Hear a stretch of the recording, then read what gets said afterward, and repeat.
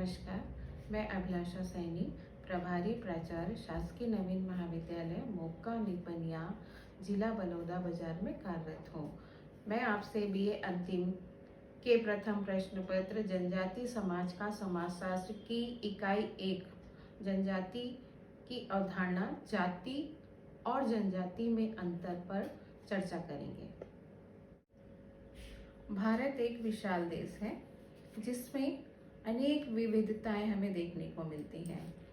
आदिकाल से ही यहाँ विभिन्न धर्मों, मतों, संप्रदायों, संस्कृतियों, प्रजातियों, जातियों और जनजातियों की कर्मभूमि रहा है।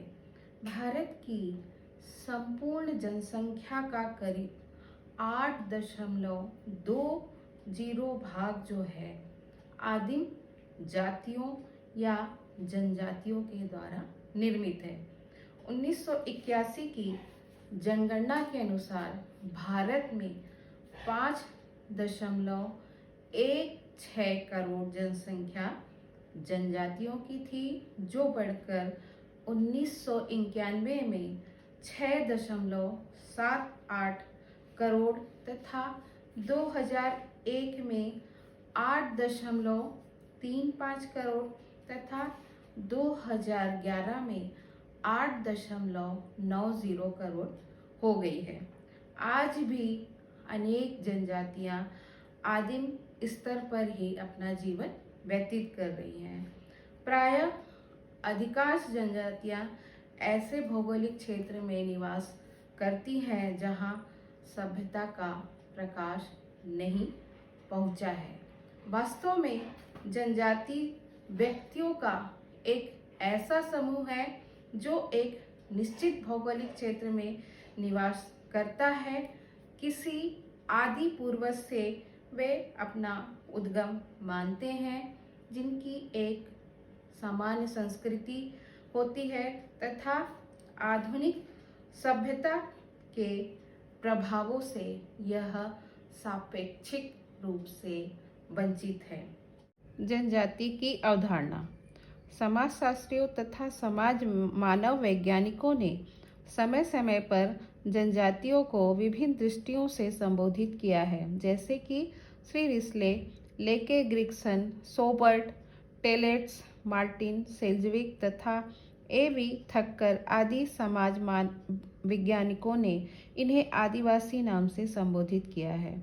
श्री एल्विन व हट्टन ने इन्हें आदिम जातियां कहा है। श्री सर्वेंस ने पर्वतीय जाति की संज्ञा दी है। श्री टेरेंस, सेल्जविक तथा मार्टिन ने इन्हें सर्वजीववादी कहा है। श्री वेंस ने इन्हें वन्य जाति माना है। Professor G.S. धुरिया ने इन्हें कथित आदिवासी अथवा पिछड़े हुए हिंदू कहकर संबोधित किया है तथा इनके लिए अनुसूचित जनजाति नाम प्रस्तावित किया था। भारतीय संविधान के द्वारा डॉक्टर धुरिये के प्रस्तावित नाम को स्वीकार किया गया है, अर्थात संवैधानिक रूप से इन्हें अनुसूचित जनजाति कहा गया है। जनजाति का अर्थ। जनजाति का अर्थ सामान्यतः ऐसे लोगों से है जो किसी निश्चित भूभाग पर निवास करते हैं तथा विकास की दृष्टि से काफ़ी पिछड़े हुए रहते हैं। इनका निवास स्थान पहाड़ या पठारी क्षेत्र होता है। अन्य शब्दों में भी हम कह सकते हैं कि जनजाति ऐसे लोगों का समूह है जो किसी निश्चित भूभाग जैसे कि जंगल या पहाड़ पर निवास करते हैं, जिसकी एक संस्कृति होती है तथा जो आर्थिक दृष्टि से पिछड़े हुए होते हैं। जनजाति शब्द अंग्रेजी भाषा के ट्राइब शब्द का हिंदी रूपांतर है। ट्राइब शब्द लैटिन भाषा के ट्राइब्स शब्द से बना है। पहले रोम में इस शब्द का प्रयोग समाज के विभिन्न भागों के लिए किया जाता था, परंतु बाद में इसका प्रयोग समाज के निर्धन वर्ग के लिए होने लगा। जनजाति लोग अपेक्षाकृत पृथक एवं अंतर्मुखी समूह हैं जो उत्पादन एवं उपभोग की दृष्टि से समान हैं। अन्य लोगों की तुलना में आर्थिक दृष्टि से पिछड़े होने के कारण इनका शोषण होता रहा है। विभिन्न समाज वैज्ञानिकों ने जनजाति की जो परिभाषा प्रस्तुत की है उन्हें समझने का हम यहाँ प्रयास करेंगे। गिलिन और गिलिन जी के अनुसार स्थानीय आदिम समूहों के किसी भी संग्रह को जो एक सामान्य क्षेत्र में रहता हो, एक सामान्य भाषा बोलता हो तथा एक सामान्य संस्कृति का अनुसरण करता हो, एक जनजाति कहा जा सकता है। मतलब गिलिन जी ने यह समझाने का प्रयास किया है कि जनजाति उन विभिन्न समूहों से बनने वाला एक बड़ा समुदाय है जो एक सामान्य क्षेत्र में निवास करता है, एक सामान्य भाषा का प्रयोग करता है तथा जिसकी एक सामान्य संस्कृति होती है। डॉक्टर रिवर्स जी के मतानुसार जनजाति एक ऐसे प्रकार का सामाजिक समूह है जिसके सदस्य एक सामान्य भाषा का प्रयोग करते हैं तथा युद्ध आदि सामान्य उद्देश्यों के लिए सम्मिलित रूप से कार्य करते हैं। डॉक्टर रिवर्स जी ने यह बताने का प्रयास किया है कि जनजाति एक ऐसा सामाजिक समूह है जो इसके सदस्य एक समान बोली का प्रयोग करते हैं और कष्ट, विपत्ति या युद्ध आदि के समय सामान्य उद्देश्यों के लिए एक साथ मिलकर एकजुट होकर कार्य करते हैं। D.N. मजूमदार के अनुसार जनजाति परिवारों का एक ऐसा समूह है जिसका एक सामान्य नाम होता है, जिसके सदस्य एक निश्चित क्षेत्र में निवास करते हैं, एक सामान्य भाषा बोलते हैं तथा विवाह और व्यवसाय के विषय में कुछ विशेष नियमों का पालन करते हैं। मतलब जनजाति एक ऐसा सामाजिक व सांस्कृतिक मानव समूह का प्रतिनिधित्व करती है जिसमें समानता एक निश्चित बोली या भाषा होती है, एक समान उनका रहन सहन व वेशभूषा होती है, वैवाहिक पद्धति एक होती है, एक समान धार्मिक संस्कार होता है तथा एक जैसी संस्कृति को आत्मसात करते हुए सामाजिक संगठन के रूप में पाई जाती है। तो उपरोक्त परिभाषाओं के आधार पर हम यह कह सकते हैं कि जनजाति एक निश्चित भूभाग में रहने वाला वह आदिम समूह है जो एक सामान्य भाषा, धर्म, प्रथा, परंपरा, व्यवसाय और अन्य सामाजिक नियमों के द्वारा एक सूत्र में बंधकर एक सामाजिक संगठन को जन्म देता है। जनजातियों के सामान्य लक्षण। Professor A.R. देसाई जी ने उन जनजातियों को जो अभी तक संस्कृतिकरण तथा आत्मसात का विरोध करती आई हैं के कुछ सामान्य लक्षणों पर प्रकाश डाला है जो एक समय में सभी जनजातियों में पाए जाते थे। ये सामान्य लक्षण जो हैं इस प्रकार के हैं। वे सभ्य जगत से दूर पर्वतों व जंगलों में अत्यंत दुर्गम स्थानों में निवास करते हैं। वे निग्रोटोस, एस्ट्रोलाइड अथवा मंगोलाइड में से किसी एक प्रजाति समूह से संबंधित है। तीसरा पॉइंट है वे समान जनजाति बोली का प्रयोग करते हैं। चौथा पॉइंट है वे आदिम धर्म को मानते हैं, मतलब जिसमें भूत प्रेत तथा आत्माओं की पूजा की जाती है। पांचवा पॉइंट है वे जनजाति व्यवस्थाओं को अपनाते हैं, जैसे कि प्राकृतिक उपयोग की वस्तुओं का संग्रह, शिकार, वन में उत्पन्न होने वाली वस्तुओं का संग्रह करना। छठवां, वे अधिकांशतः मांस भक्षी होते हैं। सातवां पॉइंट है वे प्रायः नग्न अथवा अर्धनग्न अवस्था में रहते हैं तथा कपड़ों के स्थान पर पेड़ की छाल या पत्तों का प्रयोग करते हैं। आठवां पॉइंट है उनकी आदतें खाना बदोशी होती हैं तथा वे मद्यपान तथा नृत्य में विशेष रुचि रखते हैं। देसाई जी के अनुसार अब भारत में कुल जनजाति जनसंख्या का 1/5 भाग जो है उन्हीं में ये सामान्य लक्षण पाए जाते हैं। भारत में जनजाति जनसंख्या का विकास विभिन्न चरणों पर पाया जाता है।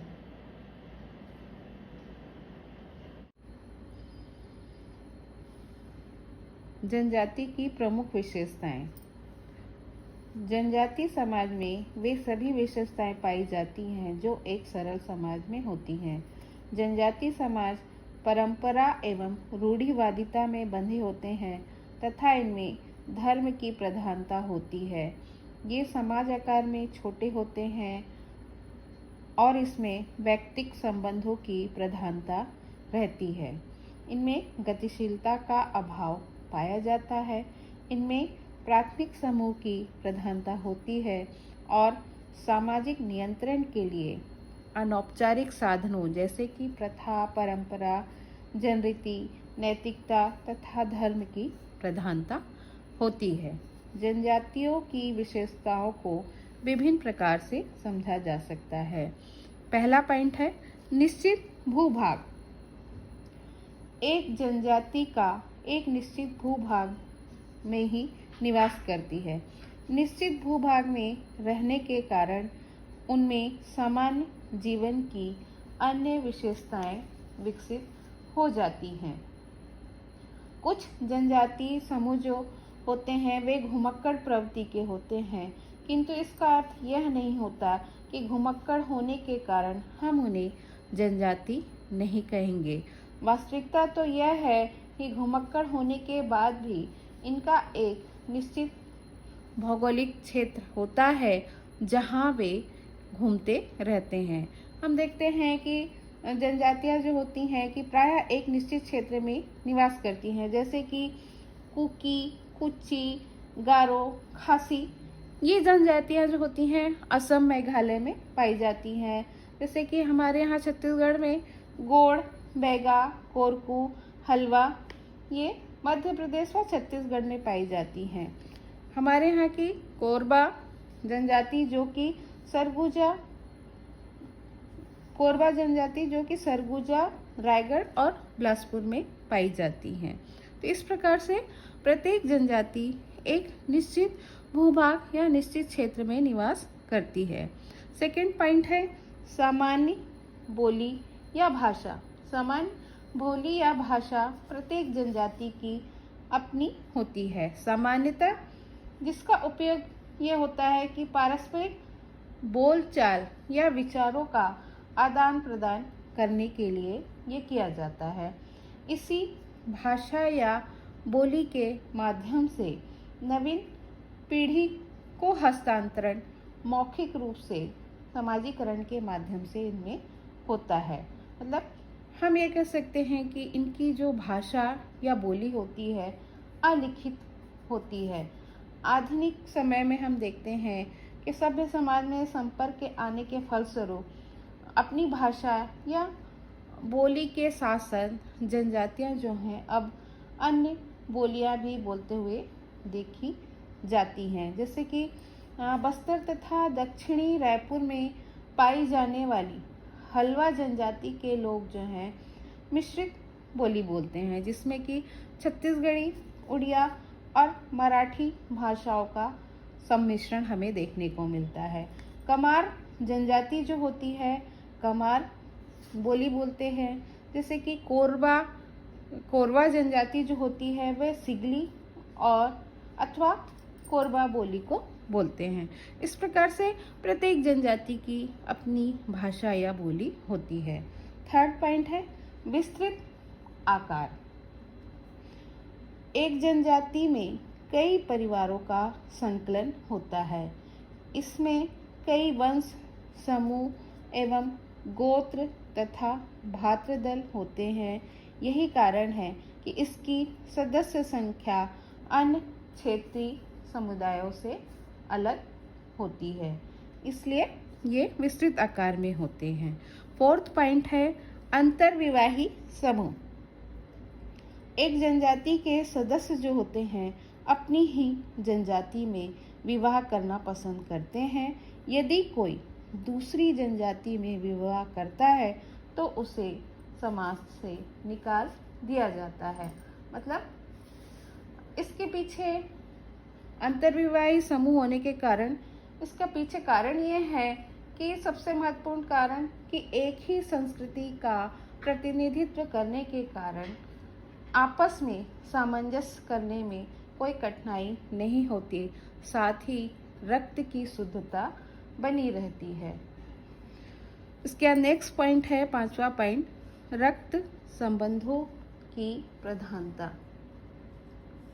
जनजाति समूह निश्चित भूभाग में रहते हुए पीढ़ियां दर पीढ़ियां गुजार देती है ना। मतलब एक निश्चित एरिया में रहने के कारण उनकी कई पीढ़ियां वहां निवास करके चली जाती हैं, तथा नए सदस्य के आने के कारण या युवावस्था में शादी के पश्चात वे सब उसी क्षेत्र के आसपास अपने परिवारों के साथ रहते हैं। इस कारण से इनमें पारस्परिक प्रेम, हम की भावना पाई जाती है और अधिकांशतः जो सदस्य होते हैं वे रक्त संबंधों के कारण एक दूसरे से जुड़े रिश्ते नाते में जुड़े हुए होते हैं। इस प्रकार से इनमें रक्त की शुद्धता बनी रहती है। इसका नेक्स्ट पॉइंट है सामान्य नाम। प्रत्येक जनजाति का कोई ना कोई एक नाम अवश्य होता है और जिसके इस नाम के द्वारा ही वह जनजाति पहचानी जाती है। 7वां पॉइंट है सामान्य निषेध। एक जनजाति खान पान, विवाह, परिवार, व्यवसाय, धर्म आदि से संबंधित समान निषेधों का पालन करती है।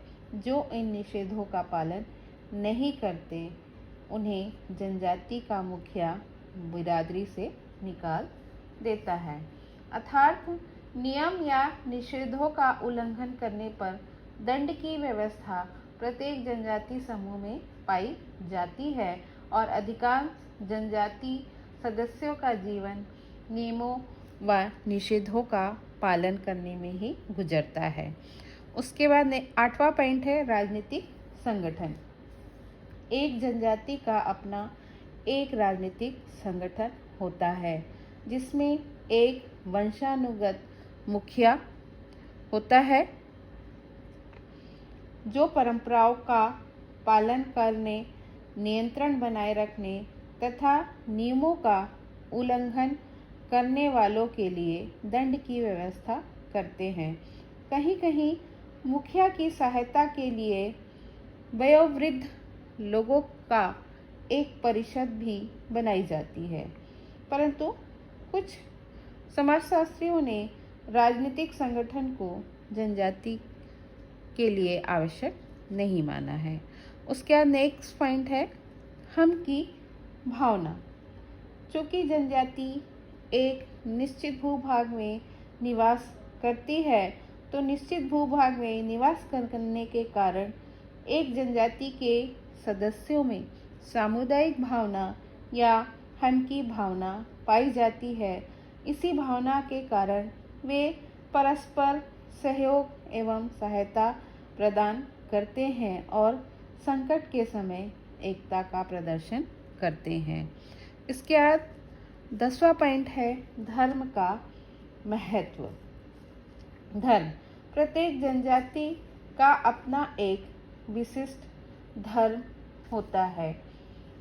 पूजा पाठ, ईश्वरीय आराधना, धार्मिक कर्मकांडों में भिन्नता अवश्य होती है, किंतु धर्म को सभी जनजातियां मानती है। सामाजिक जीवन के अनेक अवसरों पर भी धर्म की प्रमुखता देखी जा सकती है। इनके धर्म में प्रकृति पूजा, आत्मसात, जीव सत्तावाद और मानवतावाद की प्रधानता होती है। 11वां पॉइंट है गोत्रों का संगठन। प्रत्येक जनजाति का संगठन निर्माण जो है कई परिवारों से मिलकर होता है और कई परिवार के सदस्य ही अधिकांशतः एक ही गोत्र के सदस्य होते हैं। वास्तव में देखा जाए तो गोत्र ही जनजाति समुदाय की मौलिक इकाई है। गोत्र का एक विस्तृत रूप समुदाय के रूप में होता है। 12वां पॉइंट है सामान्य संस्कृति। प्रत्येक जनजाति की अपनी एक पृथक संस्कृति होती है जो पीढ़ी दर पीढ़ी सदस्यों को हस्तांतरित होती रहती है। जनजाति सदस्य अपनी संस्कृति के अनुसार ही जीवन यापन करते हैं तथा दूसरों की संस्कृति से अपनी संस्कृति को श्रेष्ठ मानते हैं। 13वां पॉइंट है आर्थिक आत्मनिर्भरता। एक जनजाति अपनी सभी आर्थिक आवश्यकताओं को स्वयं ही पूरा करने में सक्षम होती है, जैसे कि शिकार, फल फूल एकत्रित करना, पशुचारण करना, कृषि एवं गृह उद्योग आदि के द्वारा अपनी आवश्यकता की वस्तु जनजाति के सदस्य स्वयं ही पूरा कर लेते हैं। इसके बाद 14 पॉइंट है सामान्य पूर्वज। ये जनजातियां अपनी उत्पत्ति एक ही सामान्य पूर्वज से मानती हैं। मतलब प्रत्येक जनजाति का एक सामान्य पूर्वज होता है। तो ये थी जनजाति की कुछ प्रमुख विशेषताएं। इस प्रकार जनजाति समाज सभ्यता और नगरीय संस्कृति से दूर परंपरावादी, अंधविश्वास, अशिक्षित तथा निर्धन समुदाय के रूप में पहचाना जाता है। जनजाति एवं जाति में समानता। यद्यपि जाति एवं जनजाति में अनेक प्रकार के अंतर पाए जाते हैं, लेकिन दोनों में काफ़ी समानताएं हैं। जनजाति तथा जनजाति में पाई जाने वाली प्रमुख समानताएं निम्नलिखित हैं। पहला पॉइंट है प्रत्येक जनजाति एवं जाति का एक सामान्य नाम होता है, जिसके आधार पर उन्हें अन्य जनजातियों एवं जातियों से अलग किया जाता है। जनजातियां का नाम जैसे कि गोंड, उरांव, संथाल, कोरवा।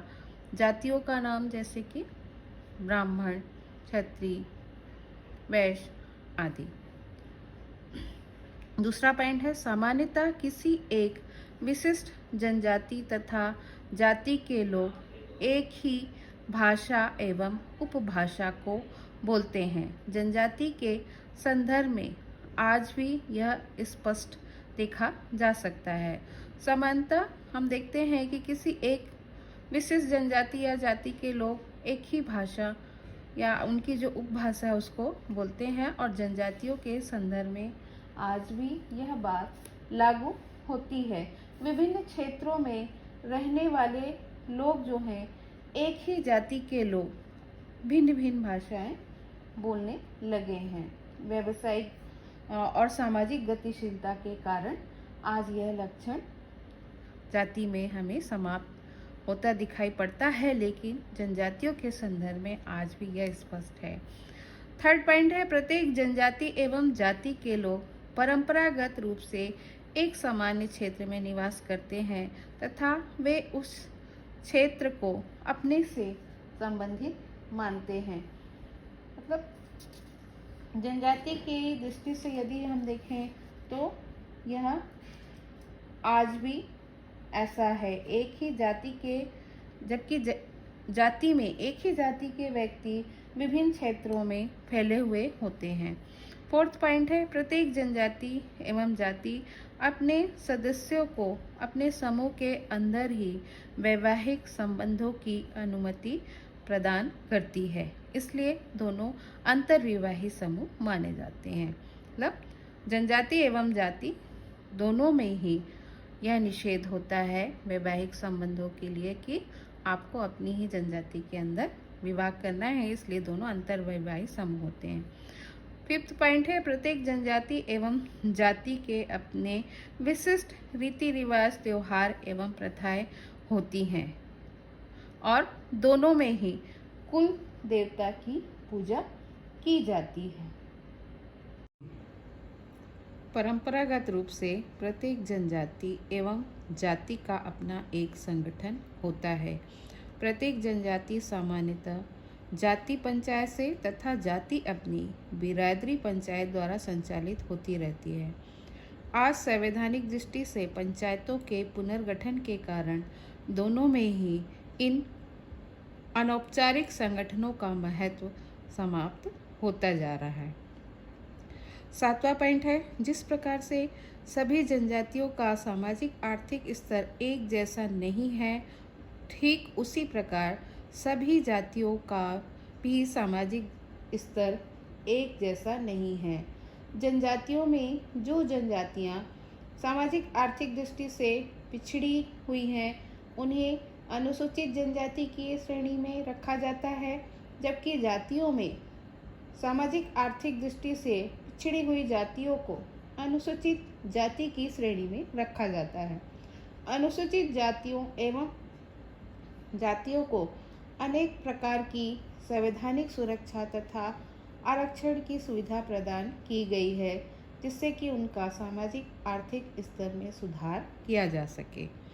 8वां पॉइंट है, प्रत्येक जनजाति एवं जाति के सदस्य अपने आप को किसी वास्तविक या काल्पनिक पूर्वज की संतान मानते हैं।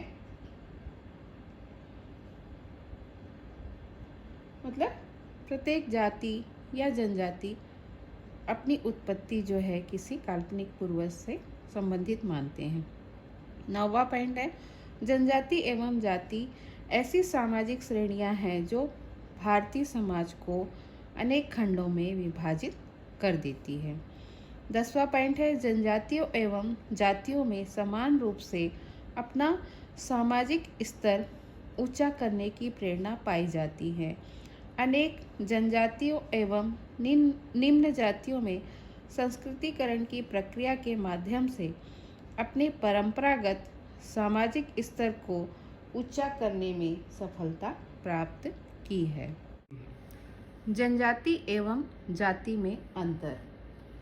यह सच है कि अंतर्विवाही तथा सांस्कृतिक आधार पर जनजाति तथा जाति के बीच अनेक समानताएं हमें देखने को मिलती है, लेकिन जनजाति तथा जाति एक दूसरे से बिल्कुल भिन्न दो पृथक समूह हैं।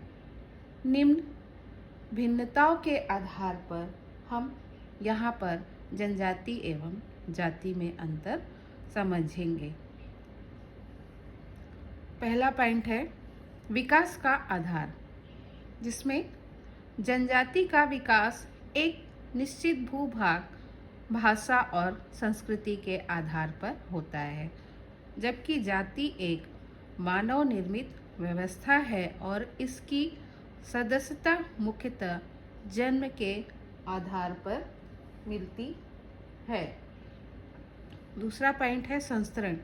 जनजातियों में परस्पर ऊंच एवं नीच की भावना अथवा एक ही जनजाति में जाति जैसी श्रेणियों का अभाव पाया जाता है।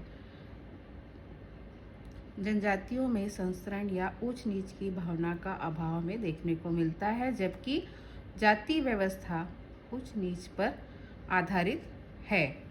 तीसरा पॉइंट है व्यवसाय। जनजाति के सदस्य विविध प्रकार के व्यवसाय में लगे होते हैं और उनमें व्यवसाय संबंधी कोई कठोर नियंत्रण नहीं पाया जाता। जाति व्यवस्था में परंपरागत रूप से प्रत्येक जाति का एक निश्चित व्यवसाय पाया जाता है और व्यवसाय संबंधी कठोर नियंत्रण रहता है। फोर्थ पॉइंट है निषेध। जनजातियों में खाने पीने एवं सामाजिक सहवास संबंधी कठोर निषेधों का अभाव पाया जाता है, जबकि प्रत्येक जाति अपने सदस्यों पर अन्य जातियों के साथ रहने एवं खाने पीने संबंधी कुछ न कुछ निषेध लगाती है। जनजातियों में सामाजिक सहवास और खाने पीने संबंधी कोई कठोर निषेध नियम नहीं होते, जबकि जनजाति में हमें यह नियम देखने को मिलते हैं।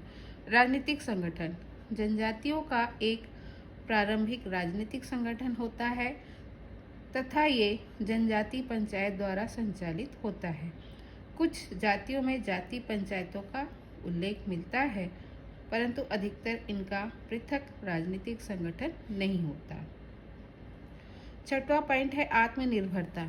जनजाति मुख्यतः एक आत्मनिर्भर इकाई है, जबकि जाति को व्यापक आर्थिक संरचना के अंतर्गत एक उप इकाई माना गया है। भाषा प्रत्येक जनजाति की अपनी एक पृथक भाषा होती है। विभिन्न जनजातियों की अपनी कोई पृथक भाषा नहीं होती। मतलब प्रत्येक जनजाति की अपनी एक पृथक भाषा होती है तथा भाषा की यही समानता एक जनजाति के सदस्यों को आपस में बांधे रखती है। विभिन्न जनजातियों की अपनी कोई पृथक भाषा नहीं होती। एक क्षेत्र में रहने वाली सभी जातियां एक ही भाषा का उपयोग करती है। आठवां पॉइंट है धार्मिक विश्वास। प्रत्येक जनजाति के अपने अलग धार्मिक विश्वास होते हैं, जबकि जातियों का विभाजन हिंदू धर्म से ही संबंधित होता है। मतलब प्रत्येक जनजाति के अपने अलग धार्मिक विश्वास होते हैं। इन विश्वासों में साधारणतः हम देखते हैं कि प्रकृति पूजा, जादुई क्रियाएं तथा टोटम संबंधी विश्वासों का एक मिला जुला रूप देखने को हमें मिलता है। दूसरी ओर जातियों का विभाजन हिंदू धर्म से ही संबंधित है। मतलब विभिन्न जातियों की उत्पत्ति भी स्मृतिकालीन हिंदू धर्म ग्रंथों में ही दिए गए नियमों के आधार पर ही हुई है। इस प्रकार से हम देखते हैं कि अनेक विद्वानों का यह मानना है कि जनजातियों में पर संस्कृति ग्रहण की प्रक्रिया बढ़ने के साथ ही जाति तथा जनजाति के अंतर कम होते जा रहे हैं। वास्तव में जाति और जनजाति जो हैं दो छोर हैं, जबकि इनके बीच में ऐसे समूह आते हैं जिनमें जातियों और जनजातियों की विशेषताओं का मिला जुला रूप हमें देखने को मिलता है। धन्यवाद।